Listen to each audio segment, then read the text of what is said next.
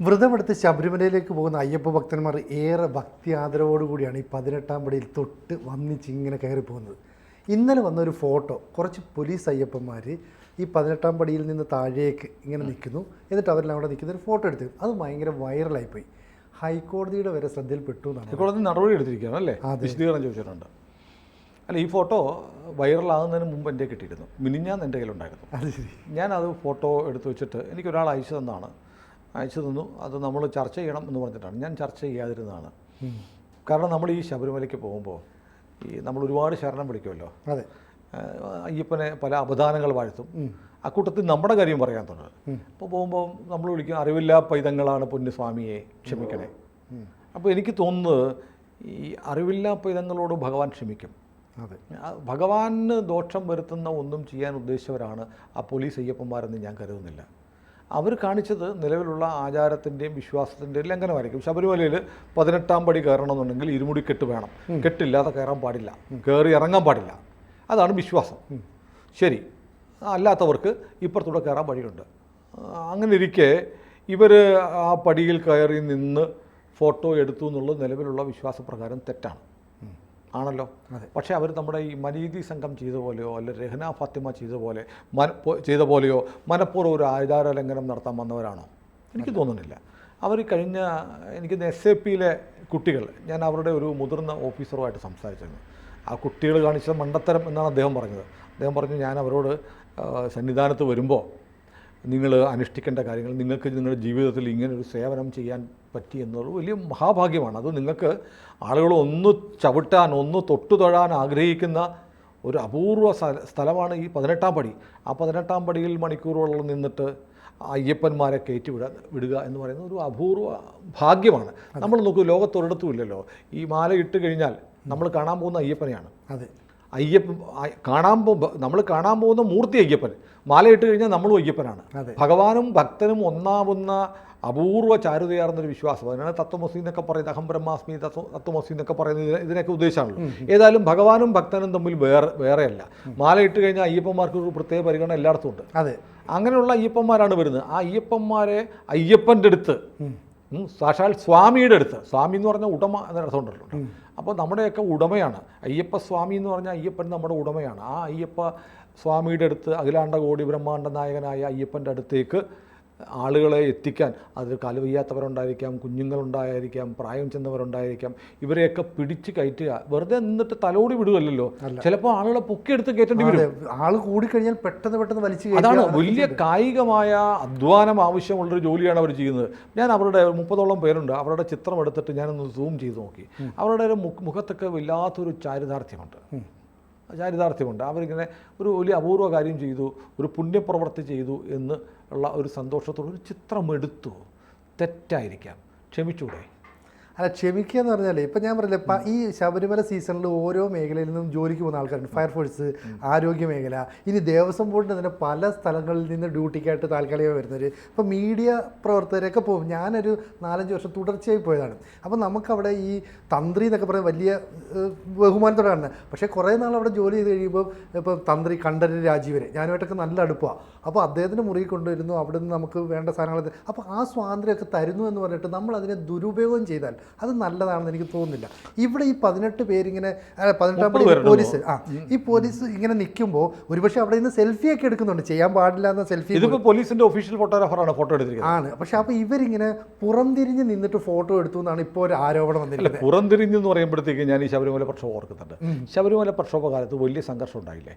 വലിയ സംഘർഷം ഉണ്ടായി, മോബ് വയലന്റ് ആയി, പോലീസിന് നിയന്ത്രിക്കാൻ പറ്റുന്നില്ല. അപ്പോൾ എന്ത് പറ്റും? സന്നിധാനത്ത് എവിടെ തിരുനടയിൽ ഒരു ലാത്തി ചാർജിലേക്ക് അല്ല അക്രമത്തിലേക്ക്, ചോരചിന്തലിലേക്ക് വഴിമാറുന്ന ഒരു സാഹചര്യം ഉണ്ടായപ്പോൾ പോലീസ് എന്താ ചെയ്ത്? അവിടെ ഉണ്ടായിരുന്ന വത്സൻ തില്ലങ്കരിയെ വിളിച്ചു അല്ലേ? അദ്ദേഹത്തിന് ആളുകളെ ഒന്ന് നിയന്ത്രിക്കാൻ പറ്റുന്ന പോലീസിന്റെ മെഗാഫോൺ കൊടുത്തു.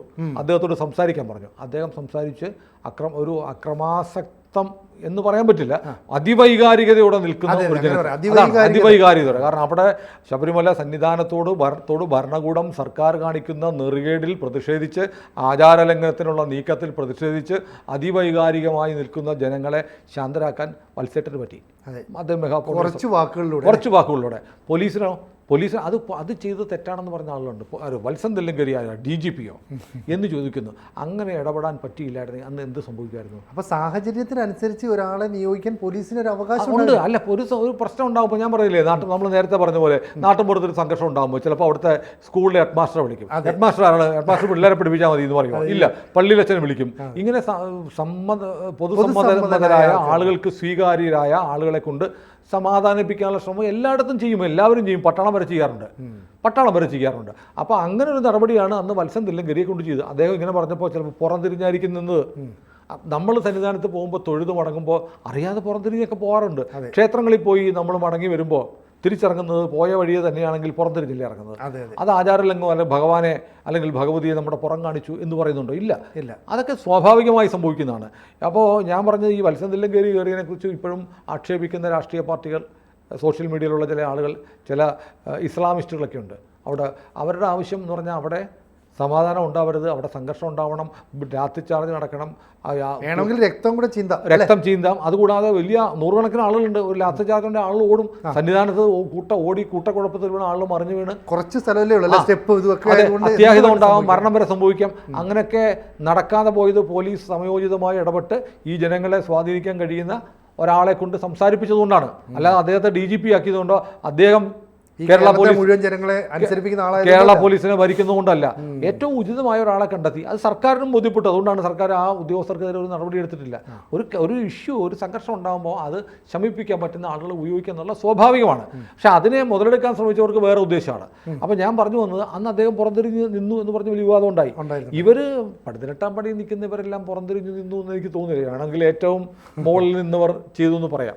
അപ്പം ഞാൻ പറയുന്നത് ഈ ആചാരങ്ങൾ പാലിക്കാനുള്ളതാണ്. സിനു പറഞ്ഞ പോലെ നാളെ ദേവസ്വം ബോർഡിലെ ആളുകൾ, ഫയർഫോഴ്സിൻ്റെ ആളുകൾ, അല്ലെങ്കിൽ ഫോറസ്റ്റ്, അവരൊക്കെ ഞങ്ങൾക്ക് എടുക്കണമെന്ന് പറഞ്ഞാൽ സമ്മതിക്കാൻ പറ്റുമോ എന്നുള്ള ചോദ്യം ശരിയാണ്. പക്ഷേ ഇത് സംഭവിച്ചു പോയി എല്ലാവരും അറിഞ്ഞു ഇത് വലിയ പ്രശ്നമാണെന്ന് ആളുകൾക്ക് മനസ്സിലായി.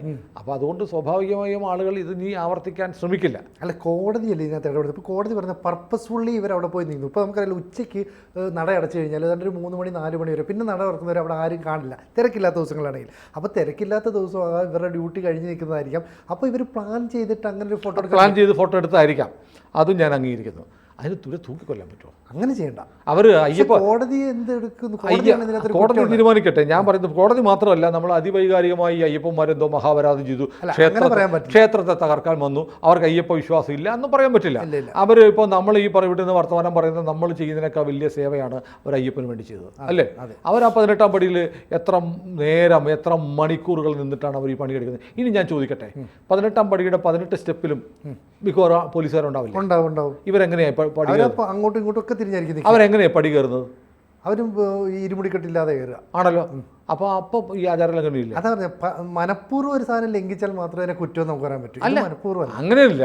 സ്ട്രിക്റ്റ് ടെൻസിൽ പറയുകയാണെങ്കിൽ ഇരുമുടിക്കെട്ടില്ലാതെ 18ാം പടി കയറാനും ഇറങ്ങാനും പാടില്ല, ആണല്ലോ. അപ്പോൾ പോലീസ് അയ്യപ്പന്മാർ അവിടെ ഡ്യൂട്ടിക്ക് നിൽക്കുന്നത് എങ്ങനെയാ? ആ 10ാമത്തെ പടിയിൽ നിൽക്കുന്ന ആൾ എങ്ങനെ കയറി എങ്ങനെ ഇറങ്ങിപ്പോവും?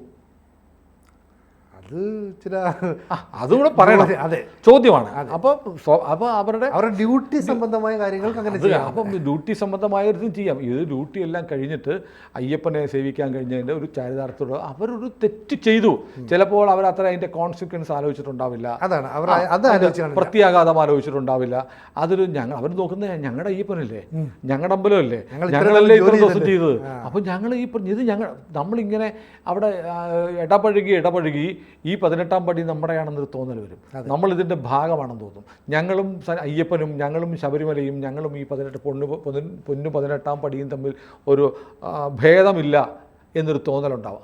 അതുകൊണ്ട് സംഭവം ഇത് നമുക്കൊരു അവകാശം, നമ്മളൊരു സന്തോഷം കൂടിയാണ്. കാരണം എത്ര പേരെ കാണിക്കാം, അപൂർവ ഭാഗ്യമാണ്. നമ്മൾ ആദ്യമായിട്ടൊരു വീട്ടിൽ ചെല്ലുമ്പോൾ നമുക്ക് അവിടെ ചെന്ന് പെരുമാറുന്ന മടിയുണ്ടാവും, അല്ലേ? നമ്മൾ 2 ദിവസം ചെന്നു, 3 ദിവസം ചെന്നു, 4-5 ദിവസം തുടർച്ചയായിട്ടൊരു വീട്ടിൽ ചെന്ന് കഴിഞ്ഞാൽ പിന്നെ നമുക്ക് വല്ലാത്തൊരു സ്വാതന്ത്ര്യമാണ്, അല്ലേ? നമ്മുടെ വീട് പോലെ ആയി, നമ്മുടെ വീട്. അതാണ് ഇത് നമ്മുടെയാണ്, നമ്മുടെ അയ്യപ്പൻ, നമ്മുടെ ശബരിമല ക്ഷേത്രം, നമ്മുടെ 18ാം പടി അവർക്ക് താതാത്മ്യം പ്രാപിച്ചു പോയി. ഞാൻ അവരുടെ കൂടെയാണ്.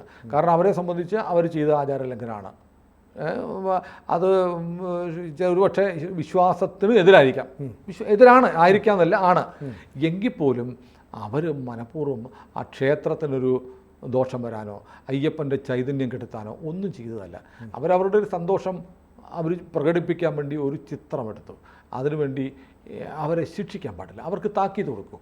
ഉന്നത പോലീസ് ഉദ്യോഗസ്ഥരോ സർക്കാരോ ഒരു തീരുമാനം ഇതുവരെ എടുത്തിട്ടില്ല. പക്ഷെ കോടതിയുടെ ശ്രദ്ധയിൽ അത് പെടുത്തിയിട്ടുണ്ടാരോ? അപ്പോൾ കോടതി പത്രം കാണുന്നുണ്ടല്ലോ, വാർത്ത സോഷ്യൽ മീഡിയയൊക്കെ കോടതി ജഡ്ജിമാർ കാണുന്നുണ്ട്, ദേവസ്വം ബെഞ്ച് കണ്ടു. ആ കോടതിയോടും എനിക്ക് അപേക്ഷിക്കാനുള്ളത്, കാരണം ഇവർ വലിയൊരു ഈ ശബരിമല ഡ്യൂട്ടി കിട്ടുക എന്ന് തന്നെ വലിയൊരു പുണ്യമാണ്. അങ്ങനെ ഒരു പുണ്യപ്രവൃത്തി ചെയ്യാൻ വിശ്വാസികളായി ഓടി വന്ന അയ്യപ്പന്മാരാണ്. അവർ ആ ജോലി ഭംഗിയായി നിർവഹിച്ചു. അവരുടെ ഊഴം കഴിഞ്ഞ് മടങ്ങുന്നതിന് മുമ്പ് ഒരു പടം എടുത്തു. തെറ്റായിരിക്കാമെന്ന് ഞാൻ പറഞ്ഞു, തെറ്റാണ്. പക്ഷേ അവർ ചെയ്തത് എന്താണ്? ഒരുപക്ഷെ അയ്യപ്പൻ കാണുന്നത് അങ്ങനെയല്ല. അവരുടെ സേവനം ഈ ഭഗവാൻ അറിയാതെ ഒന്നും നടക്കുന്നില്ലല്ലോ. ഒരുപക്ഷെ ഇവർ ചിത്രം എടുക്കാൻ തീരുമാനിച്ചതും ഭഗവാന്റെ ഒരു തീരുമാനത്തിൻ്റെ ഭാഗമല്ലേ? അല്ലെങ്കിൽ ഇത്രയും ബോധമുള്ള, ഇത്രയും അറിവുള്ള, ഇങ്ങനെ ചെയ്യാൻ പാടില്ല, ഇരുമുടിക്കെട്ടില്ലാതെ പടി കയറാൻ പാടില്ല എന്നറിയാവുന്ന പോലീസുകാർ അങ്ങനെ പെട്ടെന്ന് തീരുമാനിക്കുന്നത് ഭഗവാന്റെ തീരുമാനമായിരിക്കും. അങ്ങനെ കണ്ടുകൂടെ നമുക്ക്? അതെ, അത് ക്ഷേത്രം തകർക്കാൻ വന്നതൊന്നുമല്ലല്ലോ. അപ്പോൾ അവിടുത്തെ സ്വർണ്ണപ്പടികൾ കളച്ചെടുത്തുകൊണ്ട് പോകാൻ വന്നല്ലോ, ഒളിച്ച് സ്ത്രീകളെ കടത്താൻ ശ്രമിച്ചതുമല്ല. അപ്പോൾ അതുകൊണ്ട് ഒരുപക്ഷെ ഭഗവാൻ തന്നെ ആയിരിക്കും അവരെ തോന്നിപ്പിച്ചത്. അങ്ങനെ നമുക്ക് ചിന്തിച്ചൂടെ? ഇവർക്ക് അറിയാവുന്നവരാണ്. ഇവർ ഈ ഡ്യൂട്ടി ചെയ്തപ്പോൾ ഇരുമുടിക്കെട്ടില്ലാത്ത ഒരാളെയും കെറ്റിവിട്ടിട്ടില്ല, കെറ്റിവിടരുതെന്ന് അവരോട് പറഞ്ഞിട്ടുണ്ട്. അങ്ങനെയുള്ള അവർ പെട്ടെന്ന് ഇങ്ങനെ തീരുമാനിച്ച് ഫോട്ടോ എടുക്കുമ്പോൾ അതും ഭഗവാന്റെ ഇച്ഛയായിരിക്കാം. അവിടുത്തെ ഇച്ഛയില്ലാതെ വല്ലതും നടക്കുന്നുണ്ടോ? അങ്ങനെ കണ്ട് ഈ അയ്യപ്പന്മാരോട് അവർ ഇത്രയും കഷ്ടപ്പെട്ട് നിസ്വാർത്ഥമായി അർപ്പണത്തോടെ ഭഗവാനോടുള്ള ഭക്തി കൊണ്ട് ഈ സേവ ചെയ്ത് മടങ്ങുമ്പോൾ അവർക്കൊരു പണിഷ്മെൻറ്റ് വാങ്ങിച്ചു കൊടുക്കുന്നത് കഷ്ടമാണ്. അറിവില്ലാ പൈതങ്ങളാണ് പൊന്നുസ്വാമിയെ എന്ന് വിളിച്ചു പറഞ്ഞ് ചെയ്യുന്നവരാണ്. ഈ അറിവില്ലാ പൈതങ്ങളോട് ക്ഷമിക്കണം. ഈ പോലീസ് അയ്യപ്പന്മാരോട് കേരളം ക്ഷമിക്കണം എന്നാണ് എനിക്ക് അപേക്ഷിക്കാനുള്ളത്. സിനുവിന് എന്ത് തോന്നുന്നു? കോടതി നിലപാടെടുക്കട്ടെ. എനിക്ക് കോടതിയോടും കൈകൂപ്പി പറയാനുള്ളത്, അത് തെറ്റാണെന്ന് കോടതി പറഞ്ഞോളൂ, പക്ഷേ അവരെ ശിക്ഷിക്കരുത്. അവരുടെ സർവീസ് ബുക്കിൽ ഒരു ചുവപ്പ് വര വീഴരുത്. അവർ അയ്യപ്പനെ സേവിക്കാൻ പോയതാണ്. അയ്യപ്പസ്വാമിയുടെ തീരുമാനമാണത്. അത് അങ്ങനെ തന്നെ നടക്കട്ടെ. അവരെ ശിക്ഷിക്കരുത്, അവർക്ക് മാപ്പ് കൊടുക്കണം. കേരളീയ പൊതുസമൂഹവും ഹിന്ദു സമൂഹവും അവർക്ക് മാപ്പ് കൊടുക്കണം എന്നാണ് എൻ്റെ അപേക്ഷ. അങ്ങനെ സംഭവിക്കട്ടെ. കൂടുതൽ വാർത്തകളും വിശേഷങ്ങളും നിങ്ങളിലേക്ക് എത്താൻ ABC മലയാളം സബ്സ്ക്രൈബ് ചെയ്യുക, ബെൽ ബട്ടണും അമർത്തുക.